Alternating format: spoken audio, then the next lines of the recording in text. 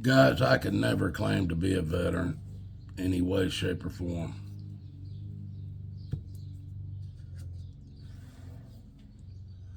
Um, I signed up for the military, the Army, in 1982. I did the physical, the test, everything. I was allowed in, even though I personally knew I had lung and heart problems. I knew it, and I didn't tell them about it before I went in. I just wanted to get out of the racist crap that I was grown my childhood raised me in, and I wanted to get out of Greenwood, Indiana. So I lied to go into the Army. Now, at the time I did this, I had a buddy of mine, and we both decided. I got videos online talking about this, and you can go back and watch them, see if they're not the same, saying the same thing if you want. I've talked about this many times.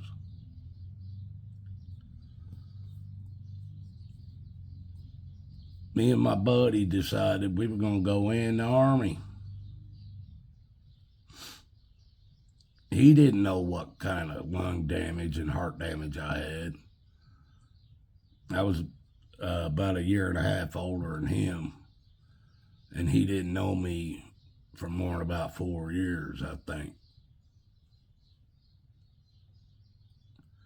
So I said, "Let's do it, brother." He was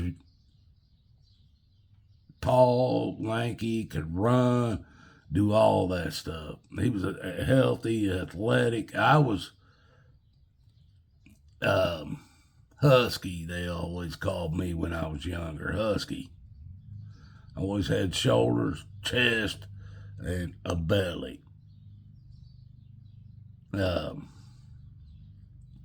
But he wanted to get out of that town the same way I wanted to get out. I said, you know what, let's do it. Let's go down there and talk to the Army. We'll go in on the buddy system. Go to basic training together, get our MOS and everything, same place, and have, we'll be able to do it together. They were even advertising that at that time.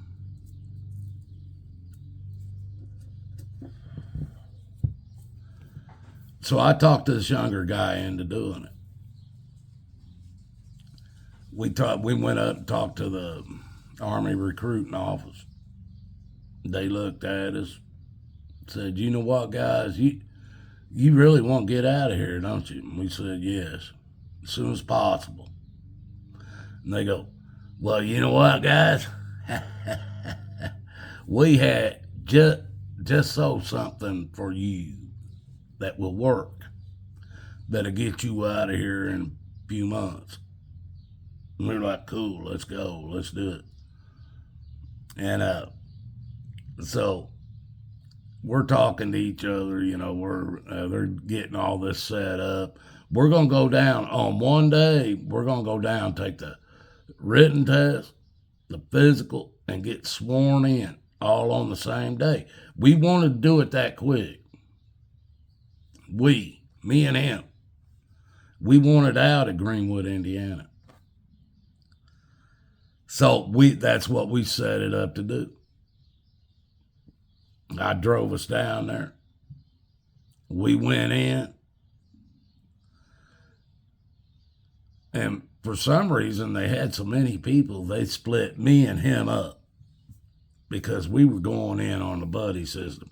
That's why they split us up. I went in, took the written test. You pass that.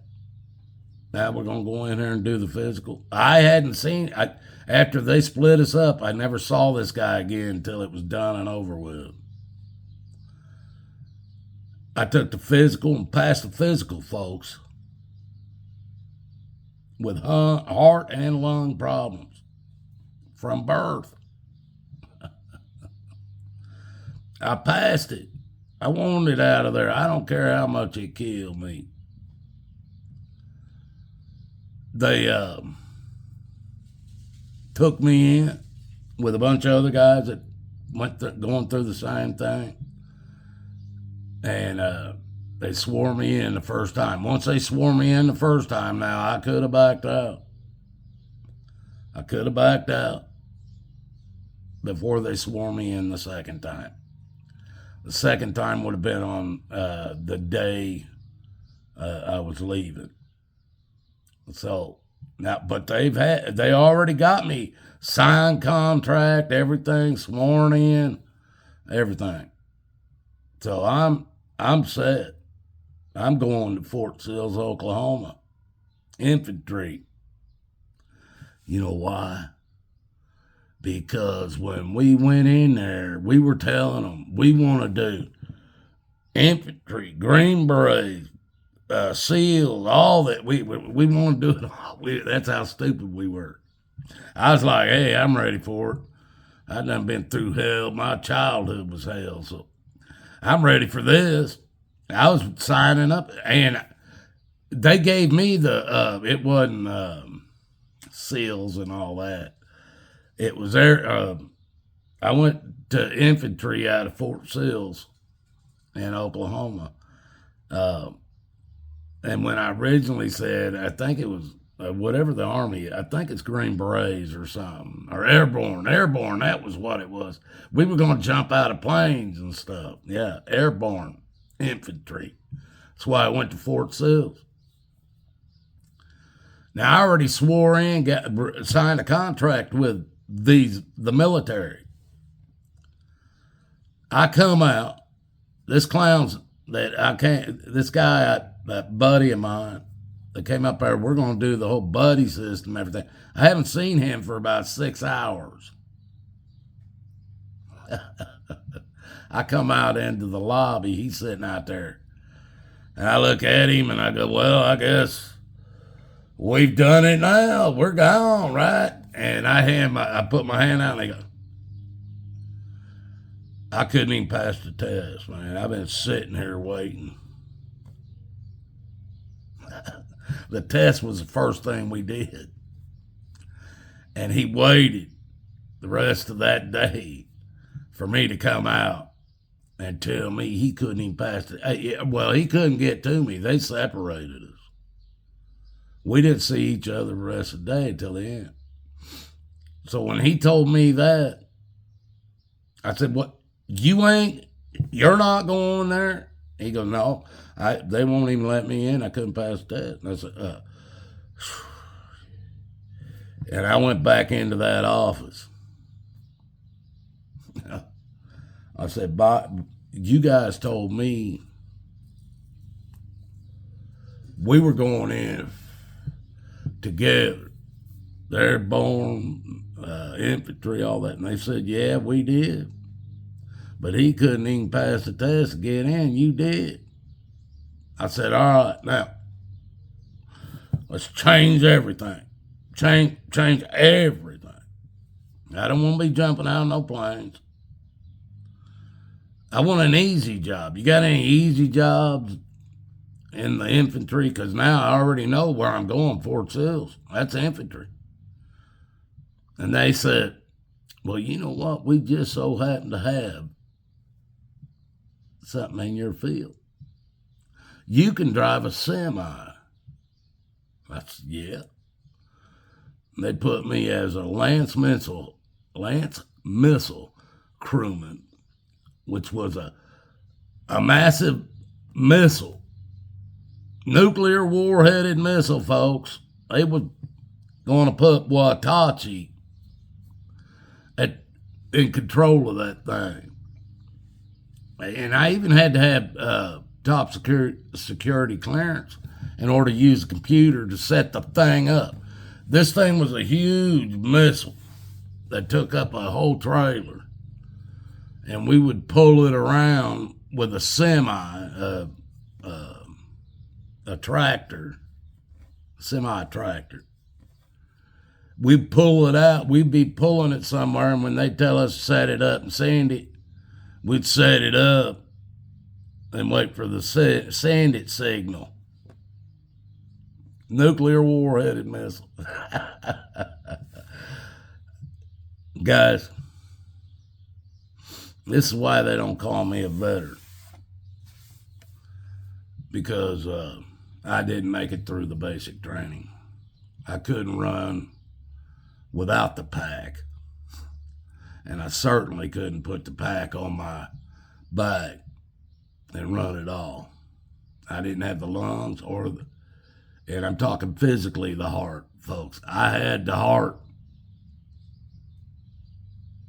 in me to do it, but my heart and my lungs wouldn't allow it.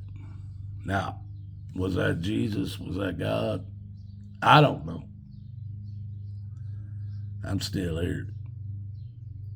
But because they sent me home under a certain day, you had to be in at least, I don't know, I think it's 160 days or something like that. But because I got sent home before the end of basic training, I'm not considered a veteran. Never claimed to be a veteran, but I have taken those oaths many times in my life. So this is just a story that I'm telling you guys about me, whether you listen to it or not. This is what happened to me. God loves you. I love you. I'm still here. People thought I'd be dead a long time ago. And not from my physical, which that's the one, those are the things they should have thought I would have been dead by. Those weren't the things they were thinking I was going to be dead by. It was the kind of person that I used to be, that I'm no longer that person. Jesus changed me. I suggest you start reading God's Word. Find out who Jesus is in the New Testament and seek Him, because He's known me for 60-some years. He's been protecting me. He's been watching over me for whatever reason. I don't know. Half the people I've ever known are already dead and gone. So I don't know why. But these are just, guys, I'm going to leave it at this. Seek Jesus.